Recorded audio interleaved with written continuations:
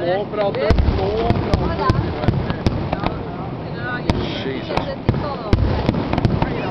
That is awesome.